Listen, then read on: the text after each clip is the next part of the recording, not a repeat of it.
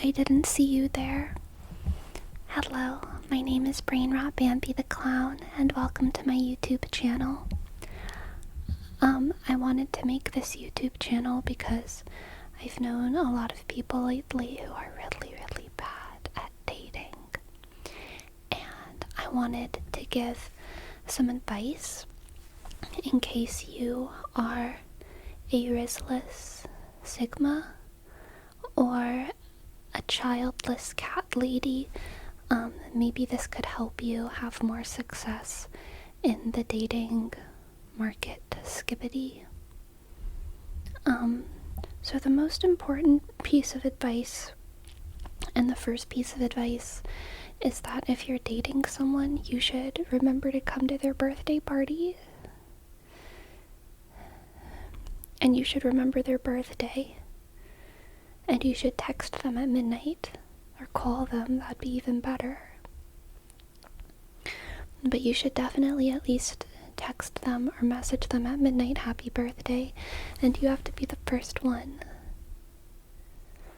Because if you're dating someone, and someone else messages them happy birthday first, then they're gonna feel like they cheated on you because someone else made them happy for the thing that you were supposed to do.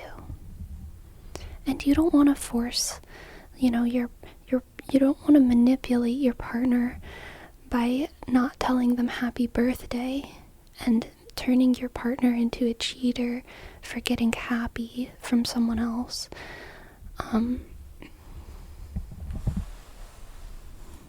It's really uncomfortable. Skibbity.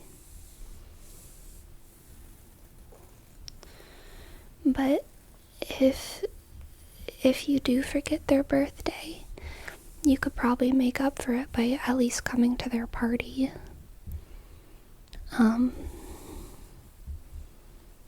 Even if they have to reschedule or whatever, there's always time to celebrate their birthday. If you don't think about their birthday at all, it's a little sus. Anyway, that's dating advice number 1. And then I do have some other advice as well. I just have to think of it because that was the most important one and it was really on my mind. Let me think.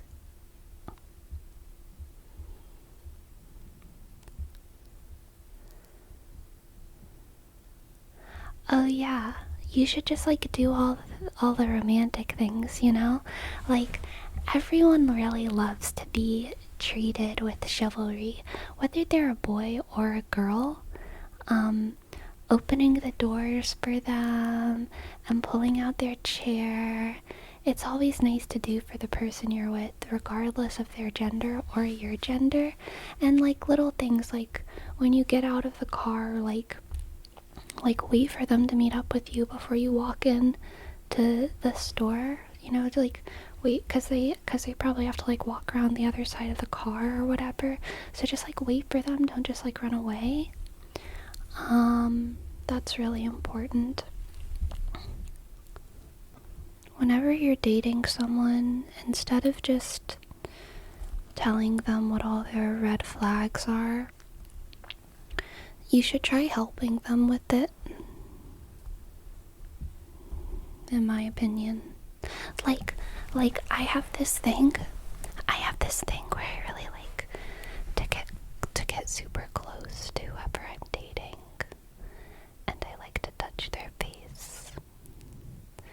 I like to touch their face, touch, touch, touch, touch, and I really like to play with their hair a lot.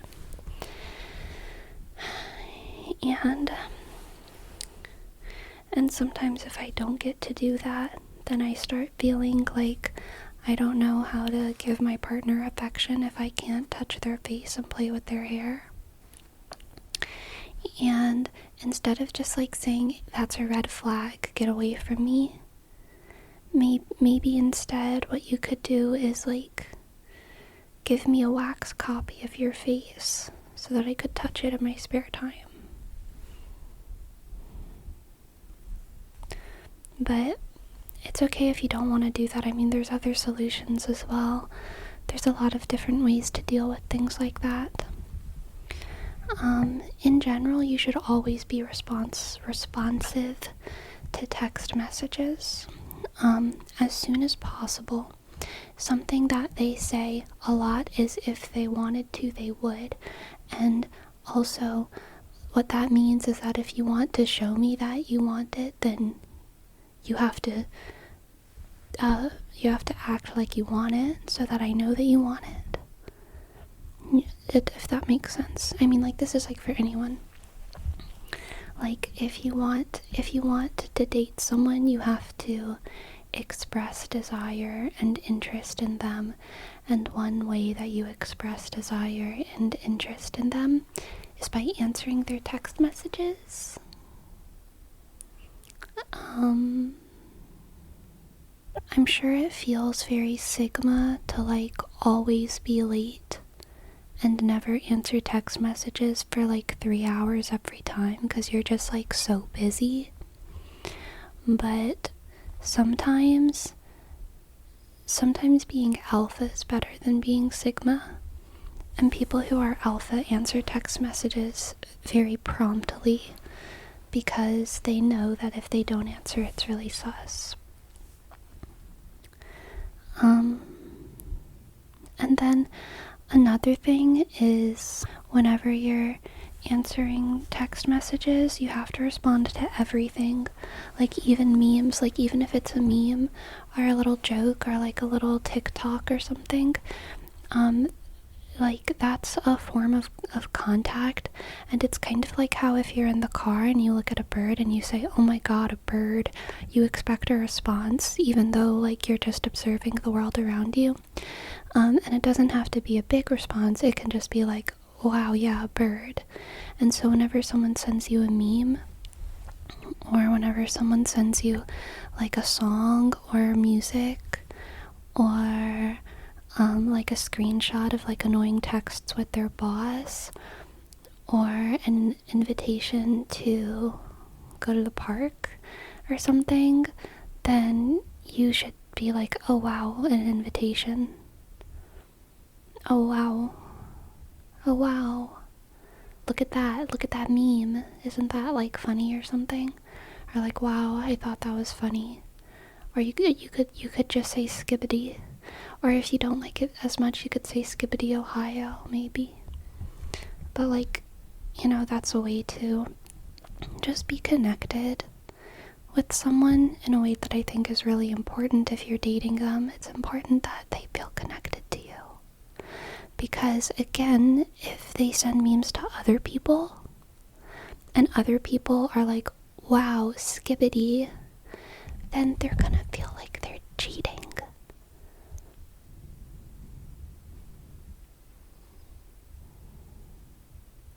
Which is like really manipulative of you to make someone feel like that. Another very classic, very, very, very important piece of dating advice is to always be yourself. But what they don't tell you is that you have to be the best version of yourself or the worst version of yourself. But you have to be one or the other, kind of. What I mean by that is like you have to be the version of yourself that you were when you started dating someone, which is usually either the worst version of yourself or the best version of yourself, statistically speaking. I think. And that's because a lot of the time whenever you start dating someone, you're like in a really low place in your life. Because you've been single for so long, or you just broke up with someone, or you're just like feeling very daring and like kind of F the whole world, whatever, I'm just gonna yeet myself into another relationship kind of thing.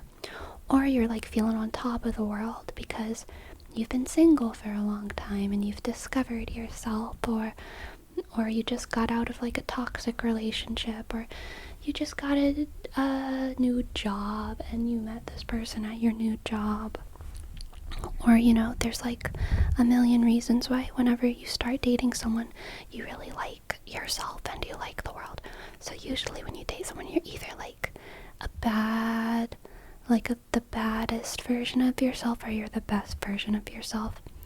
And that's like kind of the version of you that the other person opts into being in a relationship with, you know what I mean?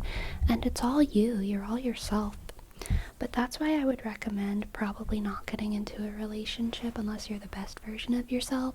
Because if you're the worst version of yourself whenever you get into a relationship, you're setting yourself up for a lot of trouble, because then someone's gonna fall in love with the worst version of you. And then anytime you try to get better or happy, they're gonna be like, I miss when you were broken. And they're not gonna like the happy version of you. So that's why you should get into dating someone whenever you're like, really happy, and when you love yourself and all of that stuff. Because if you don't, then you're gonna be stuck. But if you do date someone when you're the best version of yourself, then the other person's gonna be really surprised when you like don't eat a good breakfast and you're low on sleep, and all of a sudden you're a horrible person. So don't do that. You have to always be the best version of yourself. You, like, around your partner, like, you shouldn't, like, relax. You have to focus. You have to focus on them and your future together. And you have to always buy them presents. You have to always buy them presents and do like cute things for them to show them that you remember them. And you have to like be nice all the time. And you can't just stop being nice because you're having a bad day. That's not fair. And it's manipulative. If you stop being the best version of yourself, then you're like manipulating your partner, because you're gonna make them think that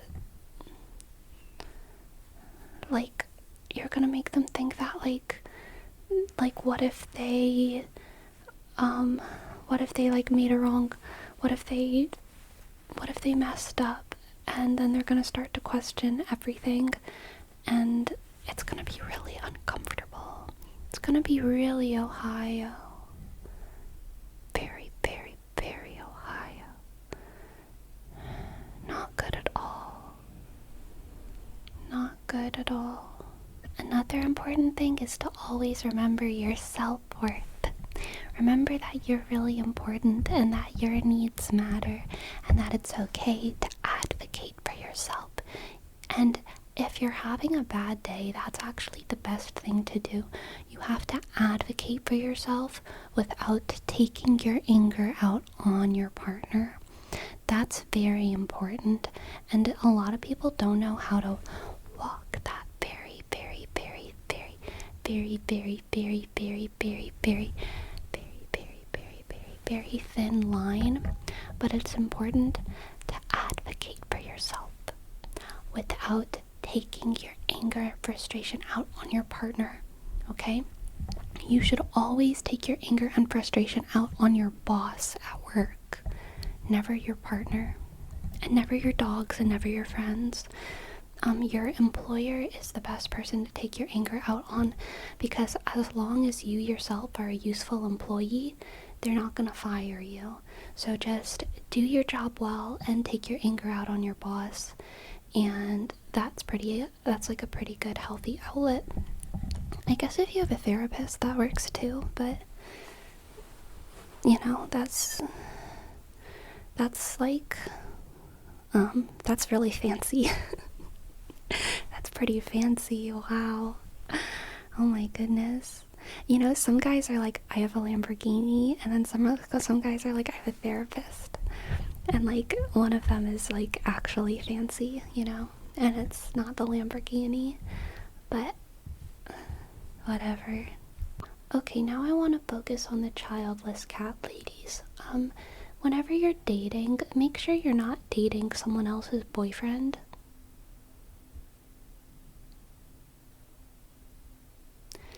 Whenever you're dating, make sure you're not dating someone else's crush. If they knew them before you. Just because they're not dating yet doesn't mean that you shouldn't step back. Like, you slay, okay? You're a cat lady. Like, what? You already have everything that you need, clearly. You're satisfied with life, right? So, like, maybe just keep your cats. I love cats too, and I would love to be your friend, by the way. And I would love to play with your cats. I also have a cat, and maybe they could play together if you'd like. One time we could set up a cat play date, as long as you don't try to date the person who I have a crush on. Then that would probably be fine. That would be really great. Whenever you touch the person that you're dating, you should like ask them permission first. Like, this is how you do it. You have to be like, hey, can I touch your face? Really?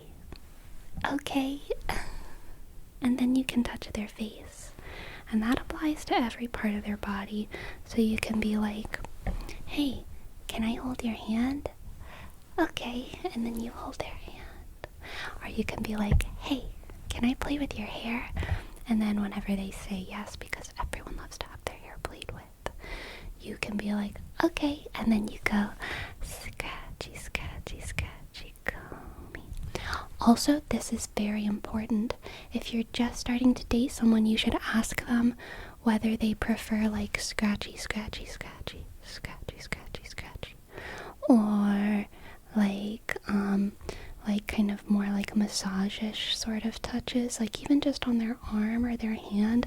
Some people like, you know, to be like gently touched, and some people like to be like scratched, and some people like to be like rubbed, and everyone's skin is like sensitive to different things, and sometimes there's certain types of touches that people hate. So you have to ask them like, hey, how do you like, whenever I play with your hair, like what feels good and what doesn't? Because you don't want to get up in a situation where you suck and where like someone doesn't like you because like it doesn't feel good when you like play with their hair. Scratchy, scratchy, comb. Scratchy, scratchy, comb. Scratchy, scratchy, comb. Scratchy, scratchy, comb. Scratchy, scratchy, comb. Scratchy, scratchy, comb. Scratch, scratch, scratch,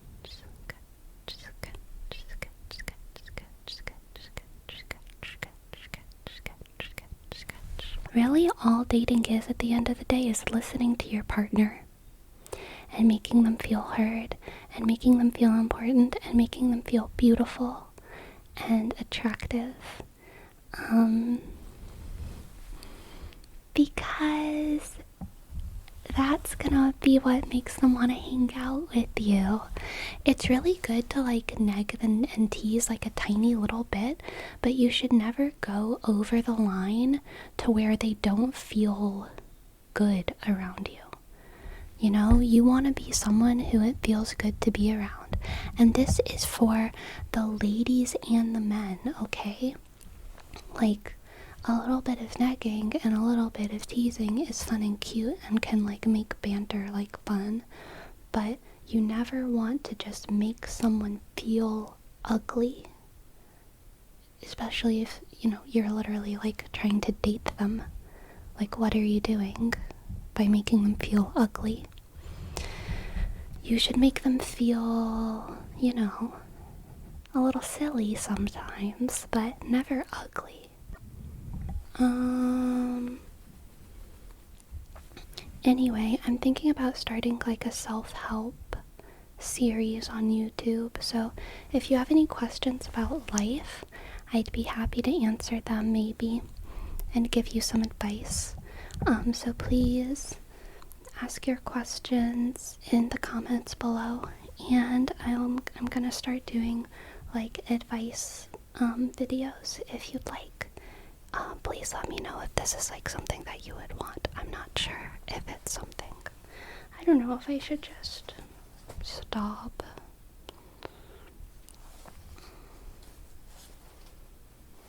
So let me know, because if you hate this, then that's fine if you want to tell me too. I promise to take everything you say to heart. Thanks for watching. Hope you have a good day or whatever. Or a good sleep. Good night, I guess. Bye. Bye, bye, bye. This is Brain Rot Bambi signing off. Skibbity, skibbity, yeet.